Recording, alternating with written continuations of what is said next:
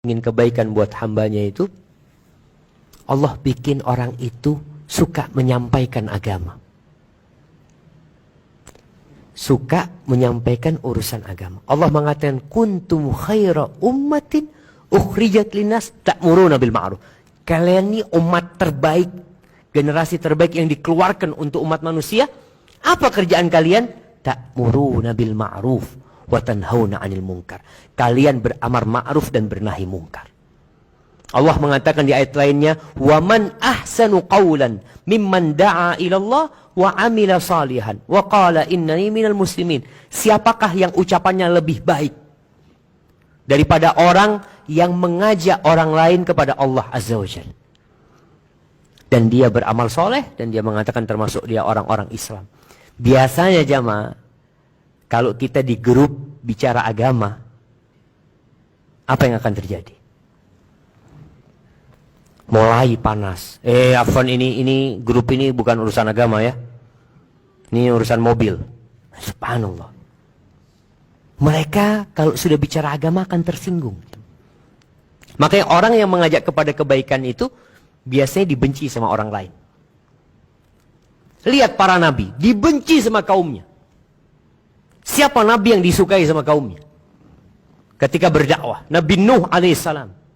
Sampai kaumnya itu kalau Nabi Nuh berdakwah, itu dia tutup kuping. Bukan hanya tutup kuping jamaah, sarungnya itu dibuat nutup kepalanya, supaya benar-benar tidak mendengar ucapan Nabi Nuh alaihissalam. Kemudian Nabi Ibrahim alaihissalam dibakar sama kaumnya. Apa sih yang dikerjakan Nabi Ibrahim? Mengajak mereka kepada Allah Azza wa Jalla, dibakar sama kaumnya. Kemudian Nabi Hud, Nabi Soleh, kaumnya minta mukjizat. Kaumnya itu bisa memahat batu-batu sebagai rumah mereka, tempat tinggal mereka. Mereka minta mukjizat, dikasih mukjizat, batu bisa mengeluarkan onta. Apa yang terjadi sama kaumnya? Disembelih itu onta. Dan mau dibunuh Nabi Saleh alaihissalam. Artinya kalau kita sudah mau jadi orang yang baiknya sudah lebih. Tadi kita bicara mungkin baik untuk diri sendiri. Tapi ini sudah baik yang mengajak orang lain dalam kebaikan. Itu biasanya kita akan dicela sama orang. Ya, kalau anak biasanya sama orang tuanya ribut. Anak ingat ketika anak pulang dari pesantren itu selalu disidang sama orang tua. Sampai ketika pulang pakai jenggot. Anak 5 tahun gak pakai jenggot. 6 tahun tahu jenggot sunnah pakai jenggot. Itu disidang sama orang tua. Sini.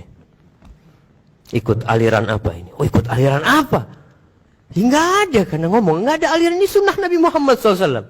Loh, itu ustadz-ustadz nggak ada pakai jenggot. Kita memang repot. Ketika dalilnya itu ustadz. Ya memang ustadz-ustadz dulu memang nggak pakai jenggot. Karena ngomong, ya mungkin dia nggak tahu. Masa ente lebih tahu dari dia? Nah, biasanya kalau yang muda ini menyampaikan, apa kata orang kampung? Aduh, kencing belum lurus sudah bicara agama. Memang berat. Rasul SAW sendiri ketika beliau berdakwah, apa kata orang-orang di kampungnya? Kok bisa engkau yang jadi Rasul gitu loh? Apa nggak ada orang lain? Gitu. Sampai seperti itu. Maka tatkala kita menyampaikan agama Allah ini, mulai jadi orang baik yang levelnya sudah di atas rata-rata. Orang yang sholat 5 waktu baik. Biasanya orang sholat 5 waktu itu nggak ada yang benci sama dia. Tapi kalau orang 5 waktu, sholat 5 waktu, kemudian ngajak orang lain sholat, itu biasanya dibenci. Sudah.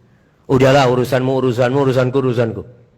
Mulai orang-orang nggak suka. Di kantor kadang-kala mereka sudah mulai nggak suka dengan orang yang suka mengajak kepada kebaikan. Padahal dialah orang terbaik di sisi Allah Azza wa Jalla. Karena dia sedang melaksanakan profesinya para nabi. Nabi itu apa tugasnya? Menyampaikan. Maka mau tidak mau kita dituntut untuk bersabar kalau mau jadi orang yang paling baik. Hadza wallahu a'lam bissawab, itu yang bisa Anda sampaikan. Kurang lebihnya Anda mohon maaf.